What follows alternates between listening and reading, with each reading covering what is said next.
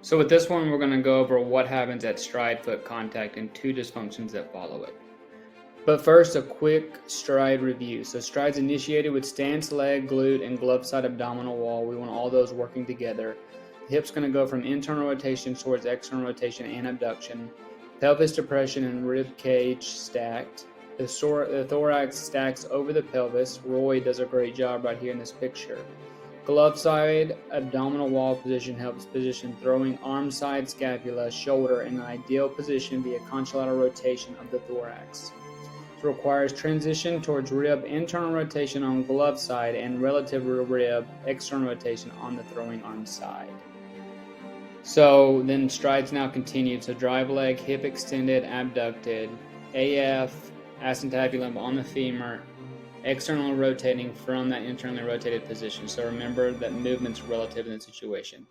Pelvis rotation leads to contralateral trunk rotation to create separation, and we want to remove slack like this so we don't cheat to find tension. So here we have Tom Seaver just going through his normal pitching mechanics during a game. If you notice, if you want to rewind to the last few slides, he does a really good job of what we're talking about. Okay, so this is one of our two dysfunctions at stride foot contact that we're going to talk about in this video. So decreased pelvis rotation, late pelvis at stride foot contact. So late pelvis rotators at stride foot contact is greater than 30 degrees of pelvic orientation, display increased kinetics at shoulder and elbow. So the reason why this particular picture has to have a late pelvis is because he struggles with that ability, like we said, to get out of his backside.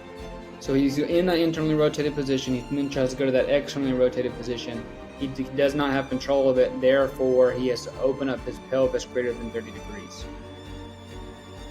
And then our second dysfunction on this video is decreased glenohumeral external rotation or flat arm at stride foot contact.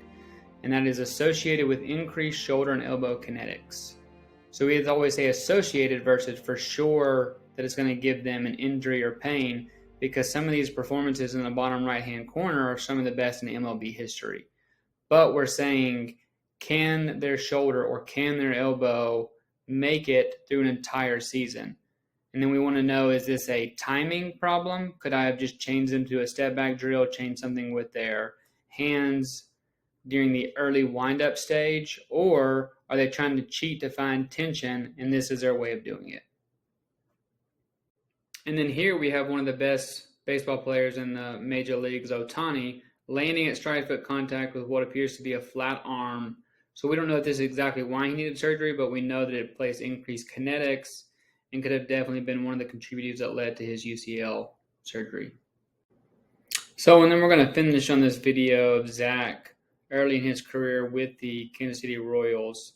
So one thing that he always does well is he's just very mechanically sound. So if you watch him go through, you'll end up noticing that front foot landing, really good arm slot. He's not late with his pelvis. He does a great job of externally rotating off that internal rotated position.